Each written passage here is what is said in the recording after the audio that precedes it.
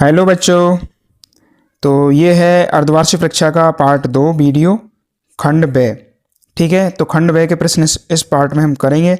ये है अर्धवार्षिक परीक्षा कक्षा 10th गणित विषय अर्धवार्षिक परीक्षा 2025। तो इसका क्वेश्चन नंबर 4 है, सिद्ध कीजिए 3 + 2 √ 5 एक अपरिमेय संख्या है। तो सबसे पहले क्या करेंगे, हम इसको परिमेय संख्या मान लेते हैं कि 3 + 2 √ 5 एक क्या है, परिमेय संख्या है। अतः ऐसे P/Q के रूप में लिखा जा सकता है। तो चलिए P/Q है, A/B में लिख देते हैं इसको। तो 3 + 2 √ 5 बराबर A/B। यहाँ पर A और B सहअभाज्य पूर्णांक हैं और B का मान 0 नहीं है। अब यहाँ से क्या करना, आपको पक्षांतरण करके कुछ ऐसा काम करना है कि अंडोड़ का जो 5 है वो एक साइड में रह जाएगा और 3 और 2 दोनों यहाँ से हटा करके A और B की तरफ ले जाने हैं। ठीक है, तो सबसे पहले हम 3 को लेके जाएंगे, तो ये हो जाएगा A/B माइनस का 3। तो यहाँ पर आप B को लघुत्तम ले लेना है, 3 के नीचे 1 लगा लेना है। तो जैसे B लघुत्तम लेंगे तो ये बनेगा A - 3B। फिर आप 2 का भाग और लगा देंगे इसके अंदर, तो यहाँ आएगा √5 बराबर A - 3B/2B।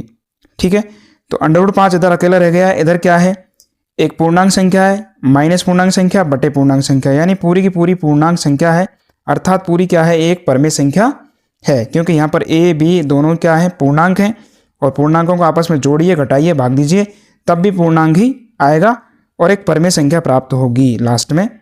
ठीक है, तो इसका मतलब यह है कि एक तरफ तो है √5 और एक तरफ है परिमेय संख्या। अब √5 हम अलग से ही क्या है, परिमेय संख्या सिद्ध कर चुके हैं।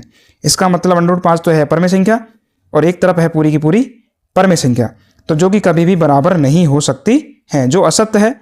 क्यों असत्य है, क्योंकि हम पहले सिद्ध कर चुके हैं √5 क्या है, अपरिमेय संख्या है, जबकि एक साइड क्या है, परिमेय।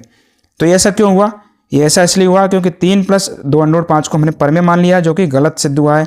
अतः 3 + 2 √ 5 क्या है, एक अपरिमेय संख्या है। बस यही सिद्ध करना है। ठीक है, तो शॉर्ट में अगर बताएं तो क्या करना है, परिमेय संख्या मान लेनी है, A/B के रूप में लिख देना है, और अंडरवुड की जो संख्या है, जो अपरिमेय संख्या है, उसको रखना है एक साइड में, यानी एक ही पक्ष में, कोई से में, LHS RHS में से, और बाकी सभी संख्याओं को दूसरे पक्ष में ले जाना है।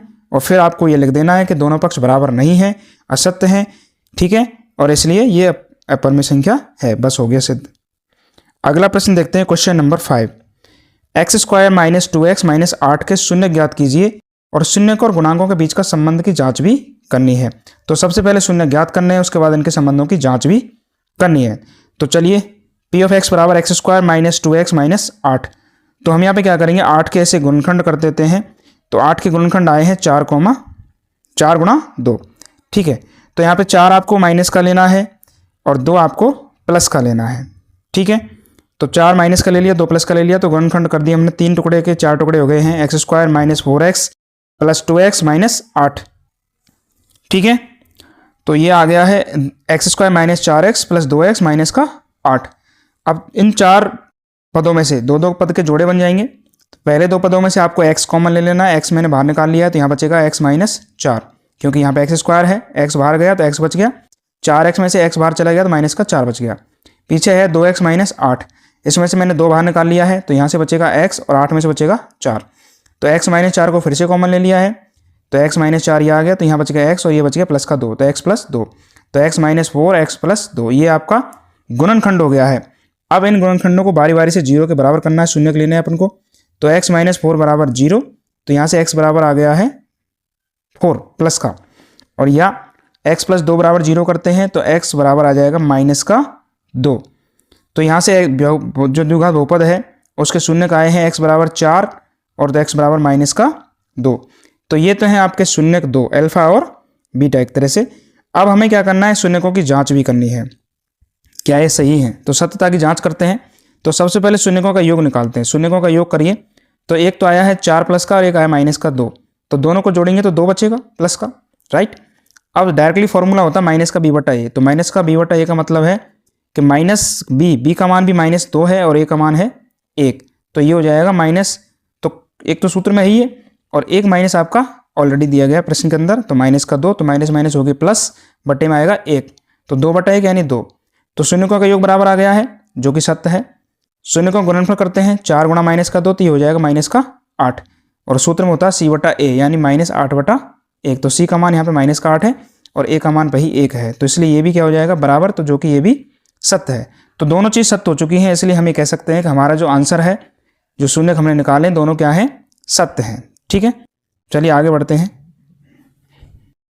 6, दो संपूरक कोणों में, 1 मिनट, ओके, दो संपूरक कोणों में बड़ा कोण छोटे कोण से 18 डिग्री अधिक है तो उन्हें ज्ञात करो। यानी दो संपूरक कोण है और आपको पता है संपूरक कोणों का जोड़ कितना होता है, 180। तो बड़ा कोण छोटे कोण से 18 डिग्री ज़्यादा है। तो मान लीजिए बड़ा कोण है x, छोटा कोण है y। तो प्रश्न के अनुसार क्या कह रहा है कि बड़ा कोण छोटे कोण से 18 डिग्री ज़्यादा है। तो ये बड़ा कोण है, ये छोटा कोण है।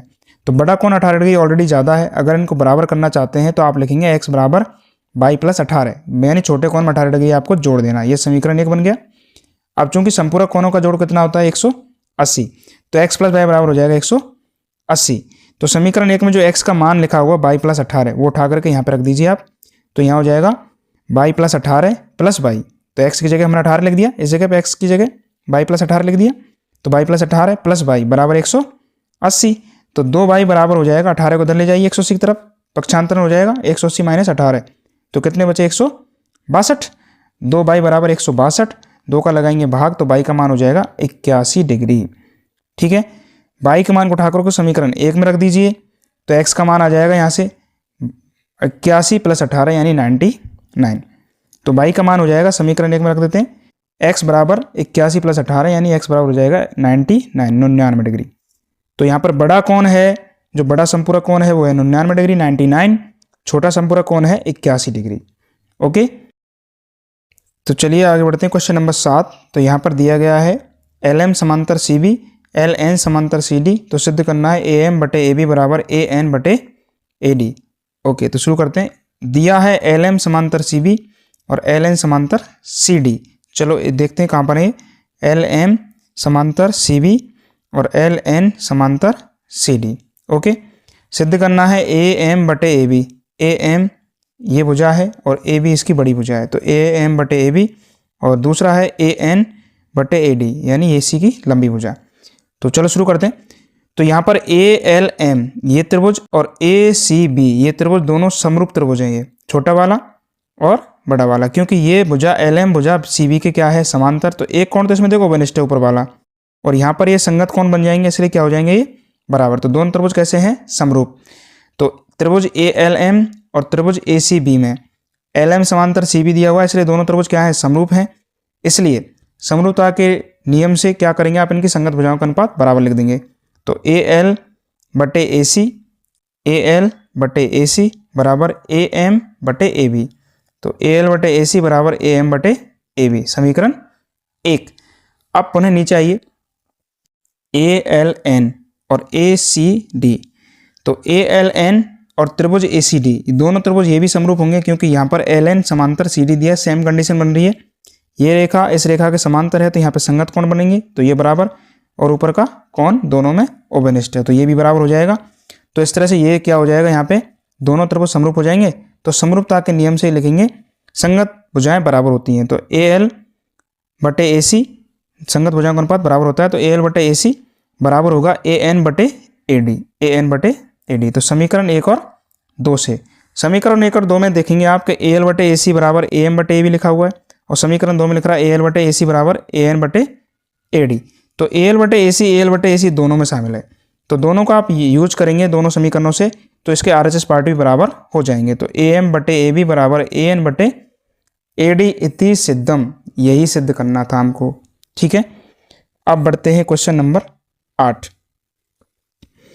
उस बिंदु के निर्देशांक ज्ञात कीजिए जो बिंदुओं 4, -3, 8, 5 को जोड़ने वाले रेखाखंड को आंतरिक रूप से 3:1 में विभाजित करता है। तो चलिए एक रेखा बनाते हैं A और B की। ये A है और ये B है। A के निर्देशांक हैं 4, -3, B के हैं 8, 5। अब यहाँ पर कोई बिंदु है बीच में कहीं भी P, तो हमने मान लिया बिंदु P है x, y, जो इस AB रेखाखंड को किस अनुपात में विभाजित कर रहा है, 3:1 में। तो हमें बिंदु P का निर्देशांक यहाँ पे ज्ञात करने हैं। तो चलिए शुरू करते हैं विभाजन सूत्र से। तो x का मान होता है m1 x2 plus m2 x1 बटे m1 प्लस m2। y का मान होता है m1 y2 plus m2 y1 बटे m1 प्लस m2। तो चलो रखते हैं सारे मान। m1 ये m1 है और ये m2 है, ये x1/1 है और ये x2/2 है। तो इधर का गुना इधर करना है, इधर वाले का गुना इधर करना है। तो 3 गुना 8, 3 गुना 8 हो गया, प्लस 1 गुना 4, तो 1 गुना 4, तो 3 गुना 8 किया 24 हो गया, और 1 गुना 4 4 हो गया। पर बटे में लिखेंगे 3 + 1 यानी 4, तो 24 + 4 बटे 4, तो 24 और 4 कितने हो गए 28, 28 बटे 4 यानी कितना हो गया, 4 का भाग देंगे तो 7। तो x का मान कितना आ गया है 7। अब यही कार्य y के लिए करते हैं। 3 गुना 5, 3 गुना 5 15 हो गया, और 1 गुना -3, तो 1 गुना -3 करेंगे तो -3, तो 15 - 3 कितने बचेंगे 12, और बटे में वही 3 + 1 4 आएगा, तो 12 बटे 4 यानी 3, तो 12 में 4 का भाग दिया कितना आया 3। तो x का मान तो आया था 7 और y का मान आ गया है 3। तो अतः अवशिष्ट जो बिंदु है आपका वो कितना आ गया है 7,3। तो यही वो बिंदु है जो AB को 3:1 में अंतः विभाजित करता है। ठीक है, अगला प्रश्न है क्वेश्चन नंबर 9। भूमि के एक बिंदु से 20 मीटर ऊंचे भवन के शिखर पर लगी संचार मीनार के तल और शिखर के उन्नयन कोण क्रम से 45 और 60 डिग्री है, तो मीनार की ऊंचाई ज्ञात करो। ठीक है, तो 20 मीटर ऊंचा एक भवन है, ये वाला भवन हो गया। भवन के ऊपर एक मीनार लग रही है, ये मीनार है CD। इस मीनार के शिखर और तल दोनों के एक बिंदु से उन्नयन कोण दिए गए 45 और 60। ठीक है, तो तल का शिखर कोण 45 है और शिखर का उन्नयन कोण कितना है 60 डिग्री। ठीक है, तो समकोण त्रिभुज ABC में, अब मैंने यहाँ नंबर डाल दिए ABCD 4, तो A B और C। तो सबसे पहले ABC त्रिभुज लेंगे आप। ABC त्रिभुज में आपका जो थीटा है वो 45 डिग्री का है, तो थीटा 45 यूज करेंगे यहाँ पे। और ये BC का मान लंब है, ये किसका कितना मान है 20 डिग्री, 20 मीटर सॉरी। तो tan 45 बराबर BC बटे AB यानी लंब बटे आधार, तो AB आधार हो जाएगा, तो 20 बटे AB बराबर 1। तो tan 45 का मान 1 है, तो AB का मान भी यहाँ से कितना हो जाएगा 20, तो ये 20 आ गया है। ठीक है, अब दूसरा त्रिभुज लेंगे हम दोबारा वाला, दूसरा बड़ा वाला ऊपर तक, तो ABD। तो समकोण त्रिभुज ABD में tan थीटा लगाएंगे, वही tan 60 हो जाएगा। tan 60 बराबर, अब लंब यहाँ पे देखो पूरा बनेगा BD बटे AB, तो BD बटे AB का मान वही 20 है। ठीक है, और BD में आपके दो चीज़ आ रही हैं। ठीक है, क्या क्या चीज़ आ रही है, BD बराबर है यहाँ पर BC + CD आ रहा है पूरा। ओके, और CD का जो मान निकलेगा वो निकलेगा BD - CD करके। ठीक है, तो चलो शुरू करते हैं। तो यहाँ से देखो BD बटे 20 बराबर √3/1 आ गया। tan 60 का मान कितना है √3/1 है, √3 ही है। तो BD का मान यहाँ से आ गया, BD बराबर आ जाएगा 20 से गुणा कर देंगे, तो BD हो गया 20 √3 मीटर। BD है पूरा। अब हमको तो केवल संचार मीनार की लंबाई निकालनी है, तो BD पूरी लंबाई, इसमें संचार मीनार भी है और आपका भवन भी है। तो अगर संचार मीनार की लंबाई चाहिए CD की, तो पूरी लंबाई में से भवन की लंबाई घटा दो, तो मीनार की ऊंचाई आ जाएगी CD बराबर BD - BC यानी 20 √3 - 20, तो 20 कॉमन ले लिया, √3 - 1 इसमें कोष्टक में बच गया। तो ये आपका राइट आंसर है। मीनार की लंबाई आ जाएगी, मीनार की ऊंचाई आ जाएगी 20 कोष्टक √3 - 1 मीटर। ठीक है, चलो आगे बढ़ते हैं। Question number 10। क्वेश्चन नंबर 10 में दिया है 21 सेमी त्रिज्या वाले वृत्त का एक चाप केंद्र पर 60 डिग्री का कोण बनाता है, तो चाप द्वारा बनाए गए त्रिज्यखंड का क्षेत्रफल ज्ञात करो। तो R का मान दिया है 21 सेमी, थीटा का मान है 60 डिग्री, त्रिज्यखंड का क्षेत्रफल निकालना है। तो त्रिज्यखंड के क्षेत्रफल का फॉर्मूला लगाइए, πr² गुना थीटा बटे 360। पाई का मान 22/7, R का मान 21 गुना 21 गुना थीटा का मान है 60 डिग्री बटे 360। तो 60 से कट गया 36, 360 और 6 बार, और यहाँ 7 को भाग दिया 21 में 3 बार, 3 का भाग 6 में दिया 2 बार, और 2 का भाग 22 में दिया 11 बार। तो इस तरह से ऊपर बचेगा 11 गुना 21 और नीचे कुछ भी नहीं बचेगा। तो 11 गुना 21 कितना आ गया 231 वर्ग सेमी। तो ये है आपके त्रिज्यखंड का क्षेत्रफल। तो बच्चों, अगर आपको वीडियो अच्छी लग रही है तो आप हमारे वीडियो को लाइक कीजिए, सब्सक्राइब कीजिए हमारे चैनल को मैथ डिकोड्स, और हमें आगे बढ़ाइए। अब क्वेश्चन नंबर 11। एक ठोस अर्धगोले पर खड़े एक शंकु के आकार का है, मतलब ठोस है जिसमें अर्धगोला है और शंकु है। ठीक है, दोनों जॉइंट हैं, तो ये अर्धगोला है और ऊपर शंकु है, जिनकी त्रिज्या 1 सेमी है। दोनों की त्रिज्या 1 सेमी की है और शंकु की ऊंचाई उसकी त्रिज्या के बराबर है। तो ठोस का आयतन ज्ञात करना पाई के पदों में। तो बच्चों सीधा सा है सवाल, अर्धगोला नीचे है, ऊपर शंकु है, दोनों का आयतन इसमें जोड़ना है, अर्धगोले का आयतन प्लस शंकु का आयतन। ध्यान रहे दोनों की त्रिज्या r बराबर 1 है और शंकु की ऊंचाई h बराबर भी 1 है। तो ठोस का पूरा आयतन हो जाएगा अर्धगोले का आयतन प्लस शंकु का आयतन। अर्धगोले का सूत्र लगाइए 2/3 πr की घात 3 प्लस 1/3 πr² h, ये है शंकु का आयतन। अब यहाँ पर आर की जगह भी 1 लिखना है और एच की जगह पे भी 1 ही लिखना है। तो चलिए रखिए, तो 2/3 पाई 1 गुणा 1 गुणा 1, आर की घात 3 है तो 1/1 को 3 बार गुणा कर दिया, plus 1/3 pi r square, r की जगह 1 गुणा 1 और एच की जगह भी 1। ठीक है, तो 2/3 पाई प्लस पाई/3, 3 लघुत्तम ले लो, 2 पाई प्लस 1 पाई तो 3 पाई हो गया, 3 पाई/3 यानी कि पाई, 3 से 3 कट गया। तो इसका लास्ट आंसर कितना आया है? पाई। पाई घन सेमी, ये है आपकी पूरे शंकु या पूरे अर्धगोले या पूरे ठोस का क्षेत्रफल, सॉरी आयतन। अब बढ़ते हैं आगे क्वेश्चन नंबर 12। क्वेश्चन नंबर 12 में दिया गया है एक निम्नलिखित बारंबारता का माध्य ज्ञात करो। तो इसका माध्य ज्ञात करना है, तो साक्षरता दर दी गई है 45 से 55, 55 से 60, 60 से 65, 65 से 75, 75 से 85 और 85 से 95। तो ये हैं वर्गीकृत आंकड़े, ये इनकी बारंबारता है, नगरों की संख्या 3, 10, 11, 8, 3। ठीक है, इन सबको जोड़ते हैं बारंबारताओं को तो कितना आता है? सिग्मा एफ बराबर 35, 35। अब सबसे पहले निकालेंगे इसका मध्यमान, ठीक है, x का मान। चलिए तो x निकालते हैं, वर्ग चिन्ह जिसको कहते हैं। तो x निकलता है निम्न सीमा प्लस उस सीमा बटे 2, 45 प्लस 55 कितने हुए? 100, 100 में 2 को भाग दो 50।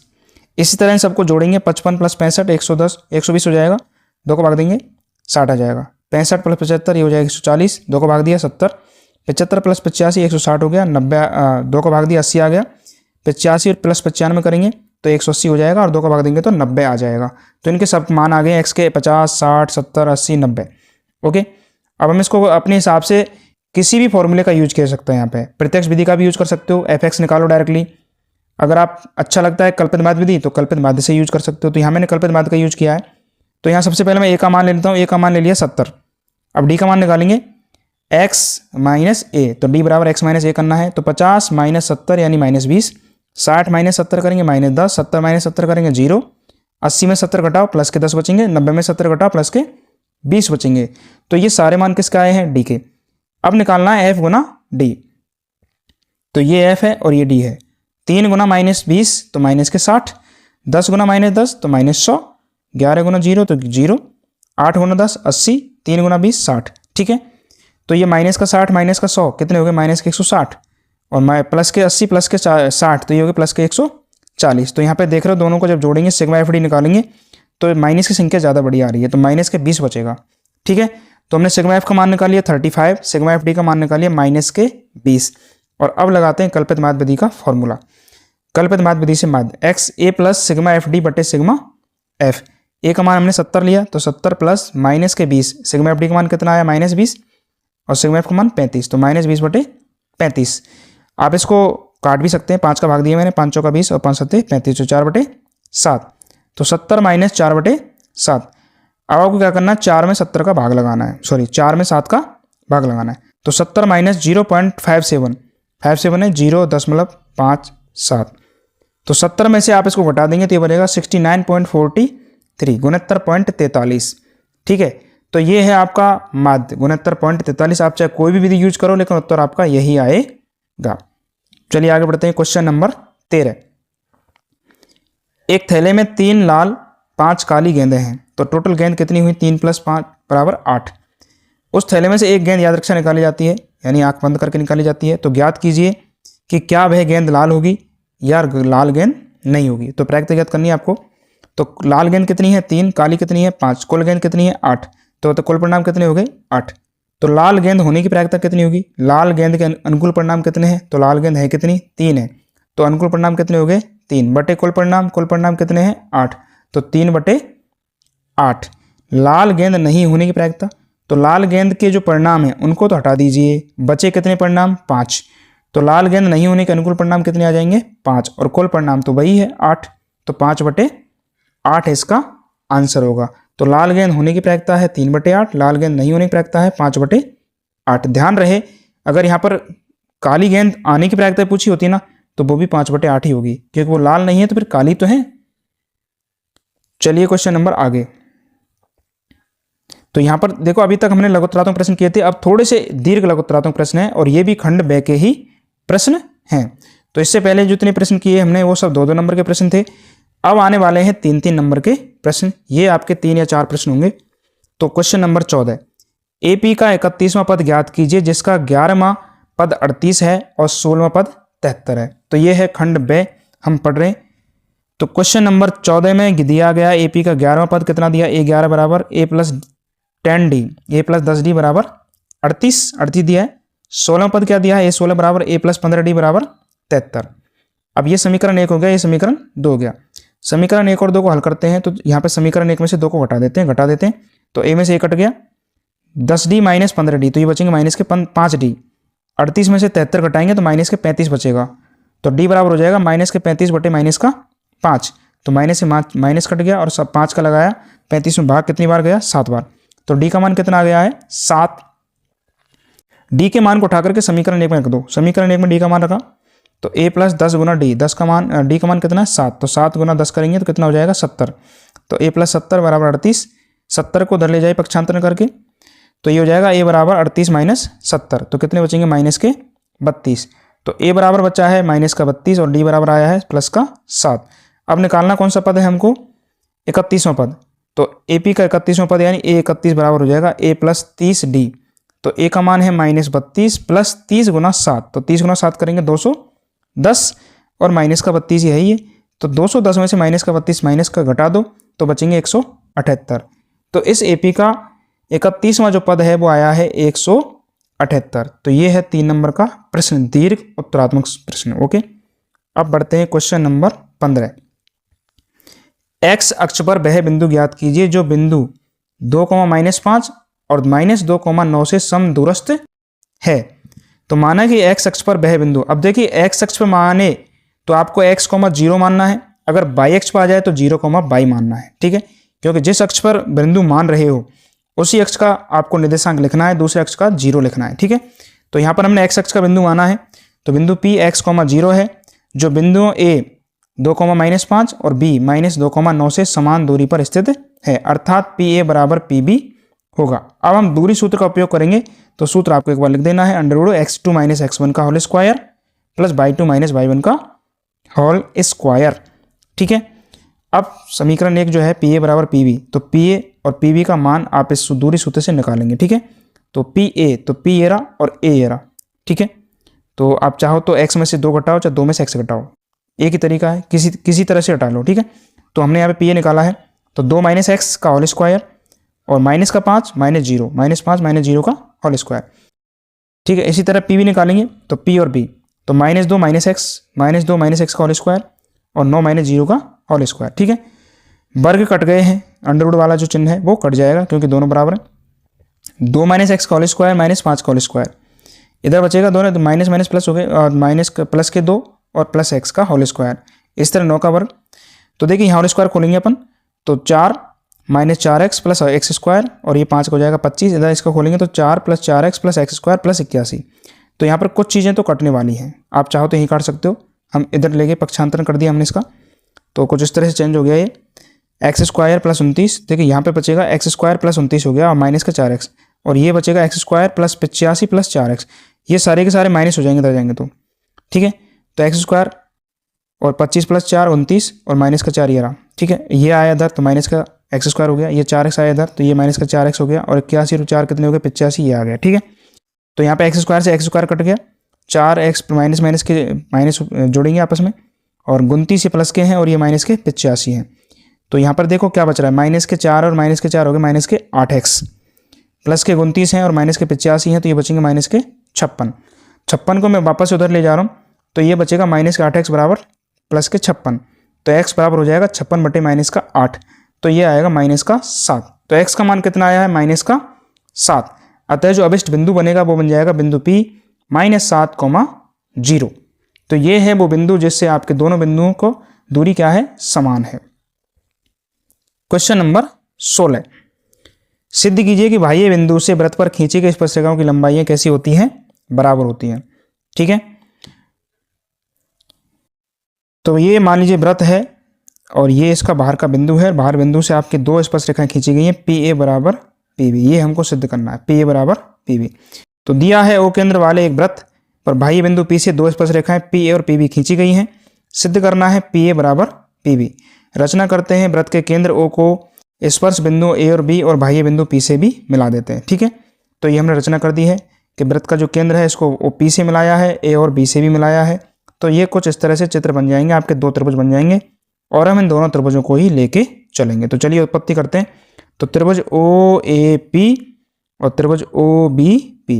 तो त्रिभुज ओ ए पी व ओ बी पी में क्या चीज़ समान है कि ओ ए बराबर ओ बी, ये दोनों वृत्त की त्रिज्या है, और कोण ओ ए पी बराबर कोण ओ पी बी बराबर 90। ओ ए पी और ओ बी पी 90 हो जाएगा, क्योंकि आपको पता है स्पर्श रेखा और त्रिज्या परस्पर कैसी होती हैं, लंब होती हैं। और ओ पी बराबर ओ पी हो जाएगा क्योंकि दोनों ही उभयनिष्ठ हो जाए। अब नियम लग जाएगा एस ए एस या ए एस एस, ठीक है, या आर एच एस नियम भी लगा सकते हो, क्योंकि यहाँ पे 90 डिग्री है, 90 डिग्री के सामने कर्ण भी यूज किया हमने और एक भुजा भी यूज किया, ठीक है। तो कोई भी नियम लगा सकते हो और इस तरह से ये आपका क्या हो जाएगा, सर्वांग सम सिद्ध हो जाएगा। या फिर इसको समरूपता कसौटी से भी कर सकते हो, कोई दिक्कत नहीं है, समरूपता कसौटी भी लिख सकते हो। तो त्रिभुज ओ ए पी सर्वांग सम है त्रिभुज ओ बी पी। तो दोनों त्रिभुज सर्वांग सम सिद्ध हो गए हैं, इसलिए इनकी संगत भुजाएं क्या हो जाएंगी, बराबर हो जाएंगी, ठीक है। तो यहाँ पर आपको आर एच एस का नियम लिखना, आर एच एस नियम से उस त्रिभुज ओ ए पी सर्वांग सम है त्रिभुज ओ बी पी। तो पी ए बराबर P B, C P C T सर्वांग सम त्रिभुजों के संगत भाग बराबर होते हैं। तो ये 9th क्लास में पढ़ा है, उसका यूज किया हमने। तो इस तरह से ये हो गया सिद्ध। चलिए आगे बढ़ते हैं क्वेश्चन नंबर 17। क्वेश्चन नंबर 17 है, तो हम खंड ब कर रहे हैं और खंड ब में 3-3 नंबर के प्रश्न है। क्वेश्चन नंबर 17, निम्नलिखित बंटन का बहुलक ज्ञात करो। तो बहुलक इसमें दिया गया है, तो आपकी बारंबारता दी गई है वर्गांतराल वाली। तो वर्गीकृत आंकड़े दिए गए 0 से 20, 20 से 40, 40 से 60, 60 से 80, 80 से 100, 100 से 120। इसकी बारंबारता है 10, 35, 52, 61, 38, 29, ठीक है। तो सबसे बड़ी बारंबारता ढूंढिए, पहला काम यही है। सबसे बड़ी बारंबारता है 61। इसके ठीक सामने का जो वर्गांतराल है वही आपका क्या है, बहुलक वर्ग है। कितना है, 60 से 80। अब इसमें से आपको लिखनी है सारी चीज़। तो F0, तो ये खुद की जो बारंबारता 61 है वो तो है F1, इससे ठीक ऊपर वाली है F0 52 और नीचे वाली है F2 38। तो F0 है 52, F1 है 61, F2 है 38। L इसकी निम्न सीमा 60 है, H इन दोनों का अंतर कितना है, 20, ठीक है। तो ये सारे मान हमने लिख लिए। अब लगाते हैं इसका फॉर्मूला। तो बहुलक L बराबर F1 माइनस F0 बटे 2F1 minus F0 minus F2 गुणा H। तो L का मान 60 प्लस F1 61 माइनस F0 52 बटे 2F1, तो 2 गुना 61 माइनस F0 52 माइनस F2 38 गुना H 20, ठीक है। तो सबके हमने मान रख दिए यहाँ पे। अब 61 में से 52 घटाइए, कितने बचेंगे, 9। 2 गुना 61 किया, 122 हो गया। 52 38 आपस में जुड़ जाएंगे तो ये माइनस के 90 हो जाएंगे गुना 20, ठीक है। तो देखिए यहाँ पे क्या बचेगा, 122 में से 90 घटाएंगे तो 32 बचेगा, और 20 का मैंने ऊपर गुना कर दिया तो 9 गुना 20 बटे 32। अब यहाँ पे आपको 4 का भाग लगा देना है, चाहे 2 से काट लो, आप चाहे जैसे कर सकते हो। यहाँ से आगे आप अपने हिसाब से भी कर सकते हो, जैसे भी कैलकुलेशन करना जानते हो। तो 32 में 4 का भाग दिया 8 बार गया, 20 में दिया 5 बार गया, तो 9 पंजे 45 बटे 8। 45 में फिर 8 का भाग दिया तो ये आएगा 5.625। फिर इसको जोड़ देंगे आप 60 में, तो ये हो जाएगा 65.625। ध्यान रहे आपका आंसर जो आपका वर्गांतराल है उसी के मध्य में से आना चाहिए, यानी आपका जो बहुलक वर्ग आया था कितना था, 60 से 80। तो आपको उत्तर 60 और 80 के बीच में ही आना चाहिए। तो हमारा आंसर आया 65.625। तो हमारा आंसर बिल्कुल सही है। तो ये है आपका बहुलक जो हमने ज्ञात किया। तो हमने देखिए 2 वीडियो इसके बनाए हैं अर्धवार्षिक परीक्षा के पेपर के अभी तक। तीसरा वीडियो अभी बनेगा और तीसरे वीडियो में आपको मिलेगा खंड से। अब तक हमने खंड ए और बे के 2 वीडियो बनाए अलग अलग। तो खंड ए में आपको केवल 1-1 नंबर के प्रश्न हैं, जिसमें अवैध वाले प्रश्न है, वस्तुनिष्ठ और रिक्त स्थान और शॉर्ट आंसर टाइप के। और जो खंड बे है उसके अंदर 2 नंबर के और 3 नंबर के प्रश्न हमने आपको बताए हैं। अब खंड से का नया वीडियो आपको मिलेगा, उसके लिए आप हमारे चैनल को सब्सक्राइब करें।